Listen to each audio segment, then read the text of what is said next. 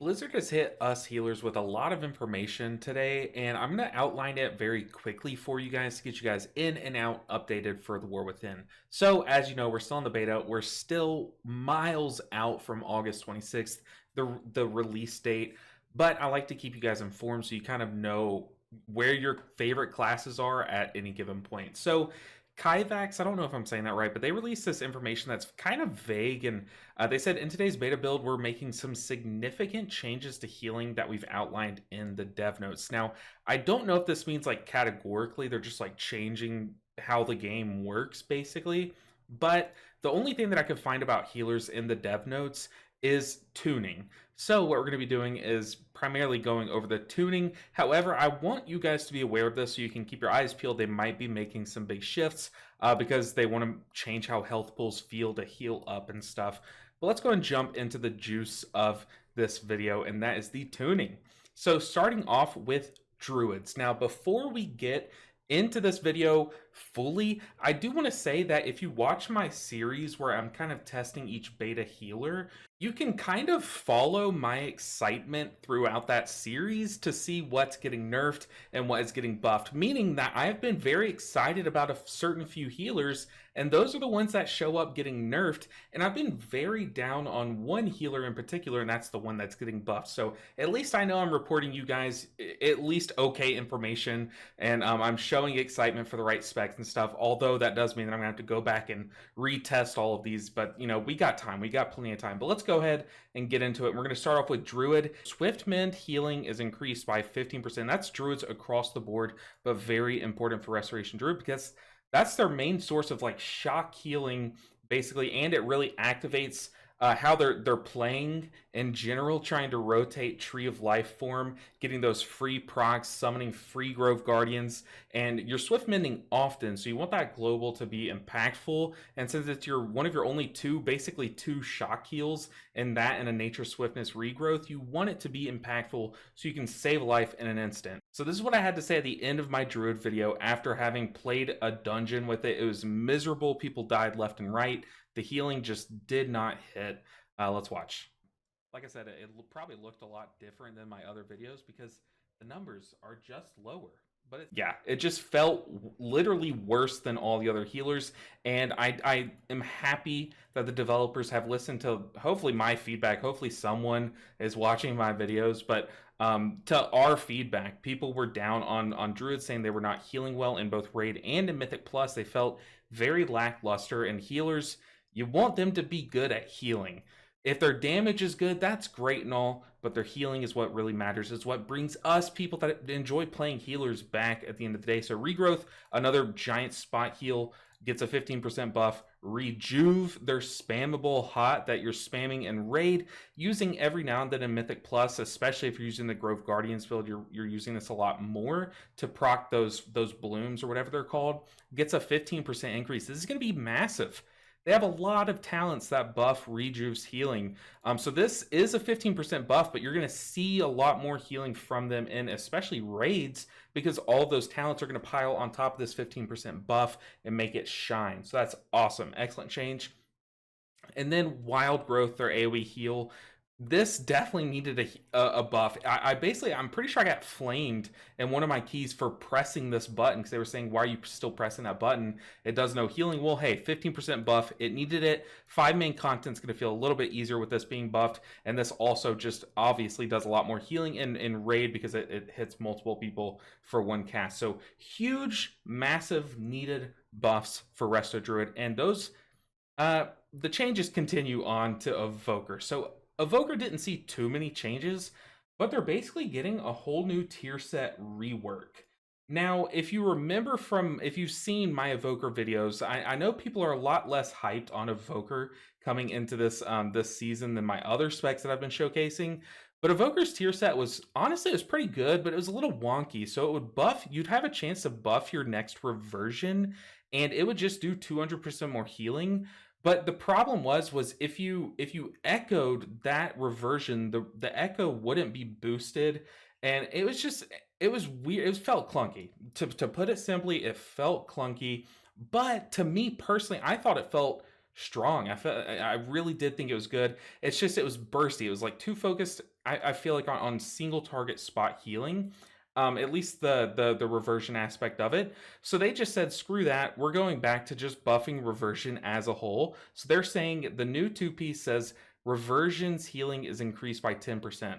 Great. Reversion, honestly, these kind of tier sets, though, if I'm going to take a step back for a second, these kind of tier sets could be not included at all, and they could just buff reversion's healing by 10%. But that's just me. But the juice of this, and it has a 50% chance to grant one additional stack of temporal compression. Now, temporal compression says that each of your bronze spells calls your next empowered spell to charge basically 5% faster or take 5% less time, and it can stack up to giving you 20%. This is worded very weirdly. There's a couple different ways. I still have not been able to get into the beta yet. It's still down, so I will test this and get back to you guys.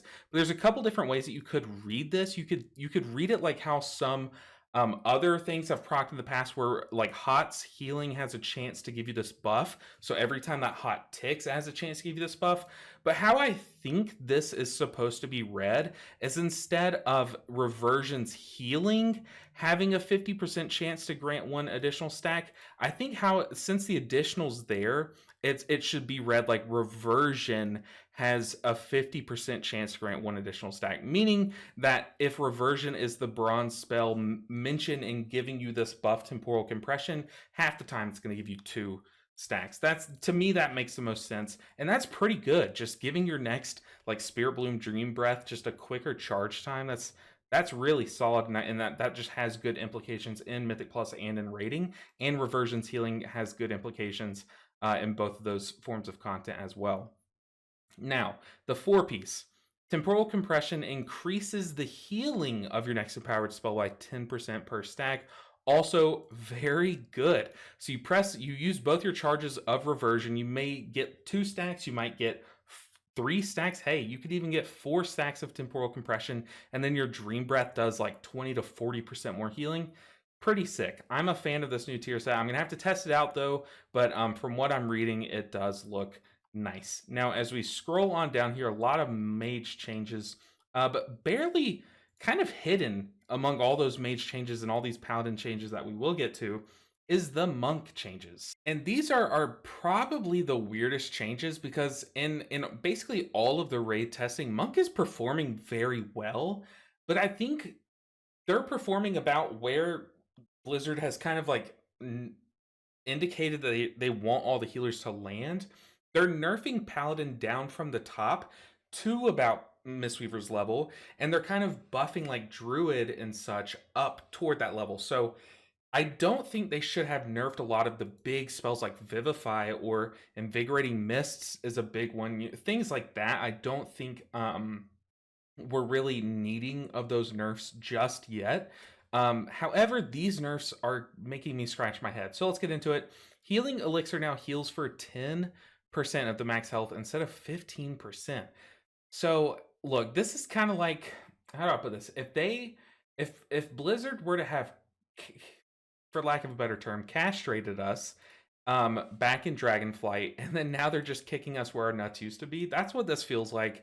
Healing Elixir, to me, yes, it's still worth taking in a lot of scenarios, but it's just it's a shell of its past. Ever since they made it to where it's a passive effect instead of a spell that you would have control over, and it's off your global cooldown, meaning that you can press it as you're casting another spell, it doesn't feel the same. So nerfing it again, sure. But at this point, just make it say 0%. Anyways, Overflowing Mists as well. This is when, if you have an Enveloping Mist on someone, which is just a 6-second hot, yes, it can be extended with Rising Mist. But if they take direct damage, then they'll get healed by 1% of their maximum health. It says each time they take damage, but this only procs off direct damage, meaning like if a boss is targeting the person or hitting them, or it's very weird. But this talent's main use is in PvP.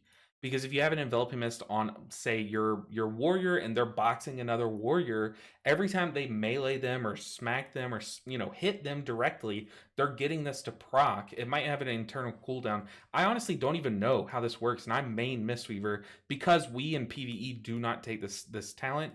So it's very weird that this doesn't just say in PvE, this or in PvP, this nerf is only applied to PvP.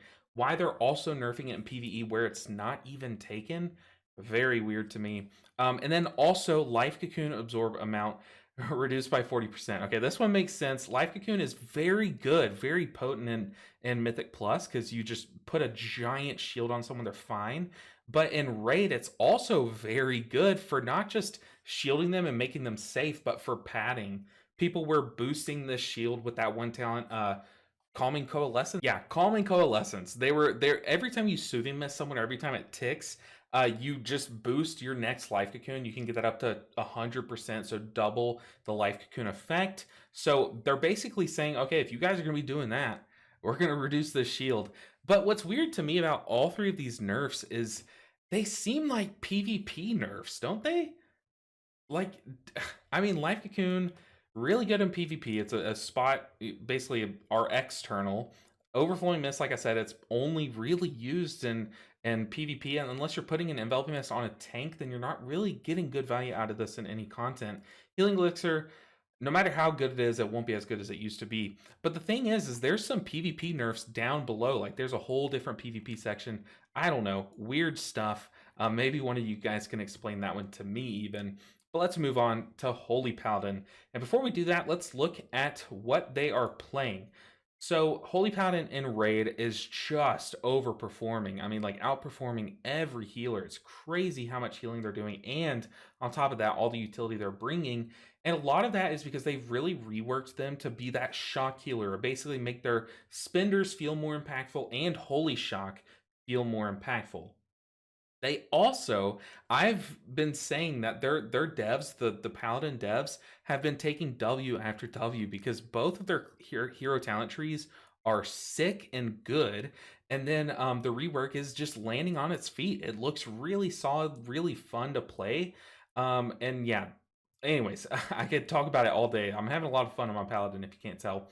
But Holy Shock is basically the only real holy power generator, and then they're casting a lot of Word of Glories or Eternal Flames that replaces Word of Glory. But this is a massive shock heal that has a hot rolling after it. So a lot of good value in any form of content there. But yes, they're casting Holy Light barely. They're casting Judgments. This player even had a couple of Crusader Strike casts, but the majority, almost all of their holy power is coming from these holy shock casts, and it's worth it. You see how much healing that's doing? It's crazy. Also, Beacon still just doing so much healing. You put that on an ally, and then you pop your Sun's avatar where you laser beam between anyone with your Dawnlight buff on them, and you're just, all that healing from anyone that beam is being shot through is being funneled into your beacon. You're getting so much beacon healing. So that's basically where Paladin is at. Well, the devs are like, okay, y'all got to calm down. Y'all got to calm down. You're making the rest of us look bad. So Herald of the Sun, the laser beam hero talent tree, is seeing a lot of changes. So Sun's avatar now contributes only 50% of its healing instead of 100% like at most other spells. It's contributing 50% of its healing to Beacon of Light. Sure, it's kind of crazy in a raid environment when you heal 20 people and all that healing's funneled. It gets kind of insane. Then on top of that, Sun's avatar is seeing another nerf. Man, the healing that those laser beams do, seeing another 20% nerf. Oh man, you hate to see it. At least it's not the damage, but still, it's like, come on, those laser beams were sick in their first iteration. It's just a shame. Yes, it was deserved. It's just a shame. Dawnlight, the hot basically that you apply to people when you pop your wings to get Sun's avatar, or if you use either Prism, Holy Prism, or the shield thing on them while you have your wings active, or while you have that buff, you can apply Dawnlight. It's a very powerful hot, like a super strong hot on that ally, but it also links you to them. It's getting the same treatment. Only 50% of its healing is being contributed to Beacon. Just a nerf to Beacon, but like I said, it is such a powerful hot. I think it has like 500% of their spell power, or 400, something crazy. So very well. I don't know. I think Beacon's seeing some nice gutting from the Herald of the Sun playstyle. It is nice to see them not gutting Beacon in the Lightsmith hero talent tree. Okay, let's move on. So Eternal Flame, the it replaces Word of Glory.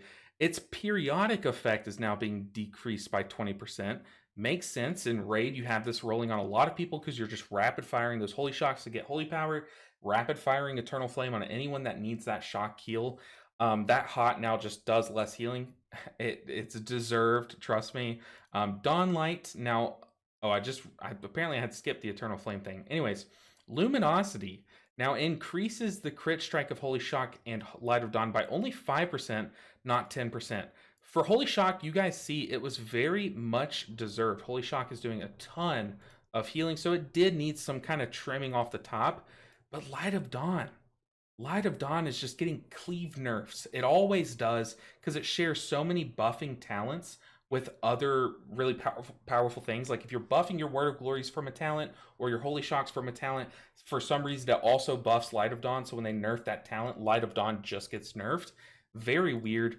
So yeah, Light of Dawn just gets accidentally bonked on the head.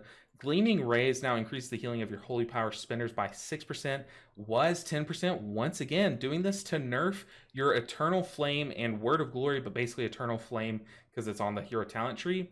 Doing this nerf to nerf Eternal Flame, cleaving another nerf onto Light of Dawn. It's like, come on, just like make it have two sentences. If it said Gleaming Rays now increases the healing of your Eternal Flame by 6%, but your Light of Dawn by 15%. Whoa, okay, now we're talking, but still, I don't know if they're going to be playing Light of Dawn, if they're going to be pressing it at all. Why would you? And then some other small nerfs to Holy, or another few nerfs to Holy Paladin. Holy Light's healing gets just bonked by 20%. Holy Light was doing a massive spot heal. It's a very slow cast, and they actually weren't even pressing it that often in Raid. But remember, it does have some talents that buff it and that make this cleave onto other members when you cast it. So it just gets a lot of value, especially in Mythic Plus. It can hit, I think, 4 out of the 5 people. Let's see, right here. Oh, it heals 5 targets for 8% of its healing. So it cleaves a little bit of its healing. It gives you a holy power thanks to Tower of Radiance. It does a nice chunk of healing. So maybe they just want to reel that in a bit. I don't know. It's not for raid healing purposes, I don't think. Maybe they just don't want you to be a caster again in raid. I would like that. So sure, I'm on board with this one. And then finally, Imbued Fusions now reduces the cooldown of Holy Shock by 1 second. Used to be 2 seconds. So just trimming power off Holy Shock even more. You guys see just how much they're relying on Holy Shock almost specifically to be their holy power generator. So Holy Shock having longer cooldowns from the talent is just, I mean, it was needed. It was needed. They're going to have to be pressing Holy Light even more. I think the reason why they're nerfing Holy Light is because they knew they were making this change where you're not going to have Holy Shock up as often. So you're going to have to fill those gaps to buy another spell that generates holy power, and Holy Light's just the best one. So I guess they're just compensating for that. I don't know. Yeah, that's Holy Priest is just, it's 10.1.7 all over again. They're just getting bonked. Speaking of random bonks, Discipline Priest sees a cleaving nerf. Once again, they're sharing Void Weaver with Shadow Priest, which is just miserable. I really do feel bad for you guys in Discipline Land because Shadow is just looking so good, so dominant, especially with Void Weaver. Discipline, on the other hand, is looking pretty mid. They're kind of toward the bottom of the healing charts in Raid. But in Mythic Plus, honestly, I didn't have any problems healing in Mythic Plus. Whereas normally, I'll be honest, I am not a good Discipline player, or I'm not, good enough in Mythic Plus to do hard keys. On the beta, I'm chilling in Discipline keys. However, they're seeing a nerf to Collapsing Void. When your Entropic Rift ends, it'll just implode, do a big smack of damage. It's just seeing a 20% gut. Pretty rough, but not the end of the world. You don't really rely on that Collapsing Void to do good atonement healing, since it's right once that rift ends, it's one big pop. You don't rely on it for your atonement as much as Shadow does for damage, you know what I mean? So not the worst thing in the world. And then Pain Transformation now heals for 15% of the maximum health, was 25%. If I'm remembering correctly, this was when you pain sup or you put your external defensive on one of your allies. It does a spot heal on them as well, basically like just chunk heals them.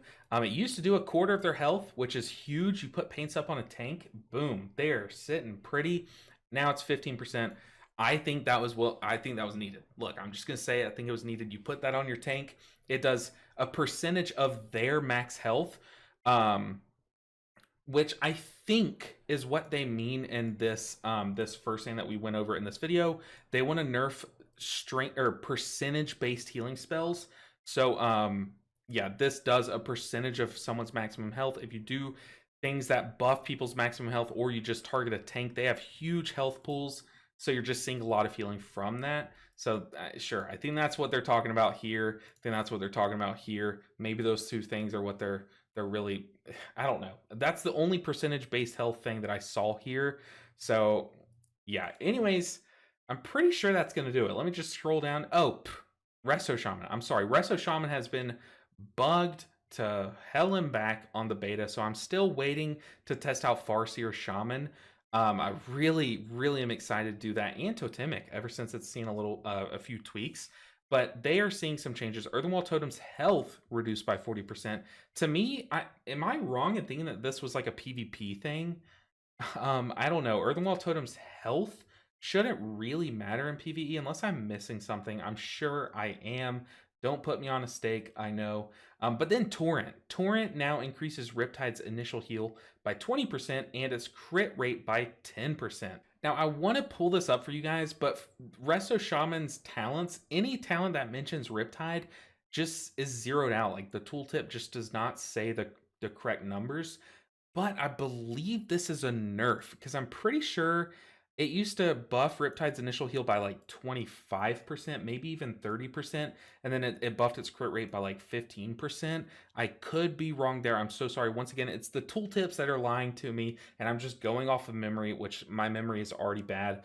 But to nerf Riptide, I do think I did do some testing with Farseer Shaman, and Riptide was doing a pretty solid spot heal whenever you applied it to someone, better than I remembered, but it wasn't anything standing out. Like it wasn't anything that I was like, oh, this needs to be nerfed, kind of like Laser Beam Paladin in its first iteration. So I don't know, a head scratcher for sure. I think they should have given it some time for the bugs to kind of be fixed and then give us some real testing on it before they go and make any amount of nerfs at all. But they know what they're doing with this one. From my memory, I think this is a small nerf, or it could be a buff. Who knows? Who knows? But yeah, that is the list. That is the list, which, by the way, here's the PvP stuff where I think the monk stuff should have landed. But yeah, guys, that's it. That is the update. Trying to keep you guys posted on what's coming in the War Within. Still, it's beta news, so this might not even be relevant by the time this comes out for you guys. But if you've watched this far, I would really appreciate it if you hit that subscribe button, hit the like button, and comment something down below. Anything you think about any of these changes, what you think should be changed instead, let me know all that and more. And by the way, while you're down there, check that description because there is a link to my Patreon. These guys did that, and they are the only reason why I'm still here today making videos. I would not be able to make videos without these guys. So huge shout out to them. Once again, check out that link in the description below. Guys, that's going to do it for this video. I said it'd be short. I'm so sorry. It's a lot longer than I thought it would be. At least it's not 30 minutes. It's close. But I'll see you guys in the next one. Until then, take care.